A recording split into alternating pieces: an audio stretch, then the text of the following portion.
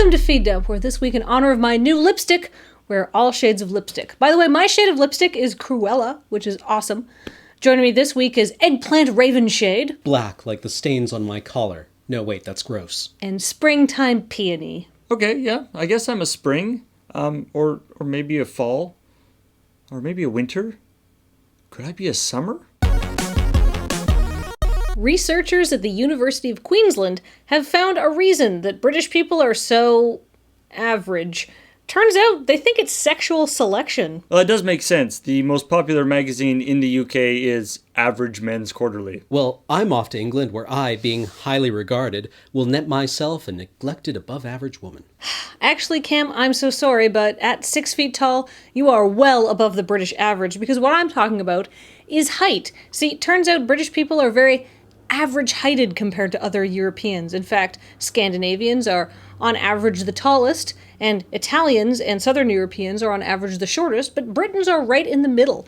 And researchers wanted to know why, and they couldn't really figure anything out, so they figured it must be genetic selection. So as you move the slider on Europe from south to north, the people stretch out? That seems like something that should have been caught in QA. It seems like a lot of the dating in the UK happens in kind of a Goldilocks thing. Like, oh, this person's too short, that person's too tall, but this person is just right in terms of height, which is the only thing that I am measuring people on for some reason. Maybe there are other selective pressures that weren't corrected for. Like, maybe tall people are regularly brained by low-hanging doorways, while shorter people are swept away in shoals of bangers and mash. An Italian man was kicked out of a prestigious chess tournament after officials discovered he was cheating because he was blinking his eyelids in Morse code. What was the message he was sending? A chessboard is open information. It's right there.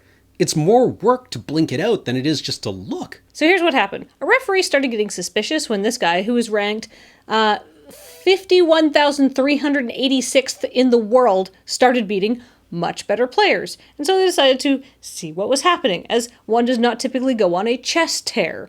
They tried to get him to take off his shirt, and he refused, and then they found out he had a spy camera underneath there, which they think was like taking pictures of the board, and then it was sending information to an accomplice, and then he was getting the signals back and using the Morse code to confirm or something. It's very overcomplicated.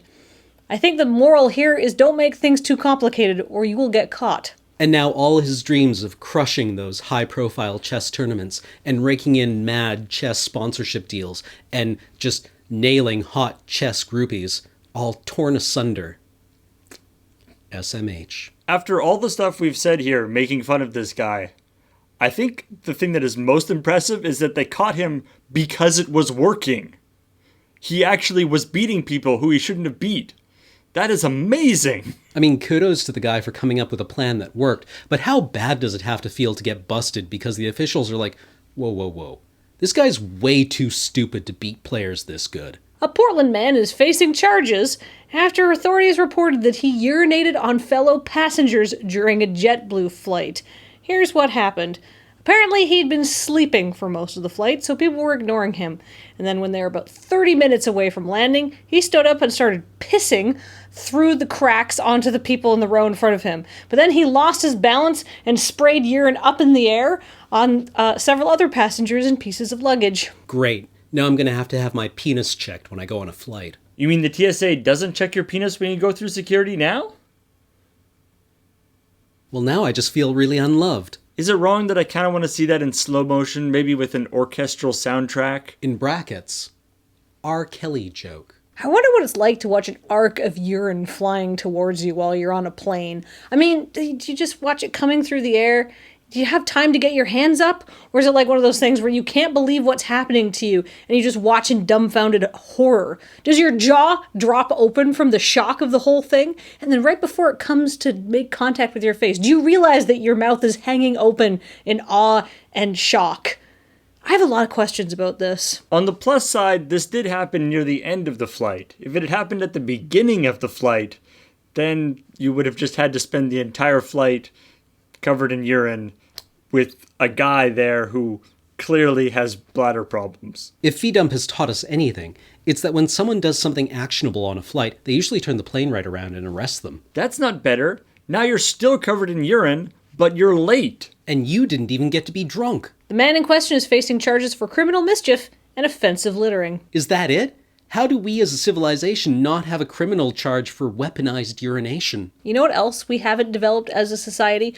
A criminal charge for being criminally fabulous. Like this hat, which was given to us by a fan, and it came in the mail, and then I don't know where the note that came with the name was. So thank you so much for this hat.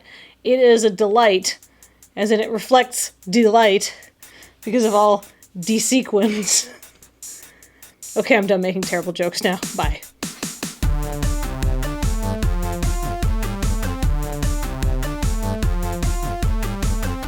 Okay, so while this hypothesis might explain the unusual height distribution found in European people, what I don't understand is how this group of people, the hosts of Feed Dump, which are primarily descended from white UK citizens, are so damn tall. Well, clearly that's because Canadians have selected for people with a rugged outdoor frontier lifestyle.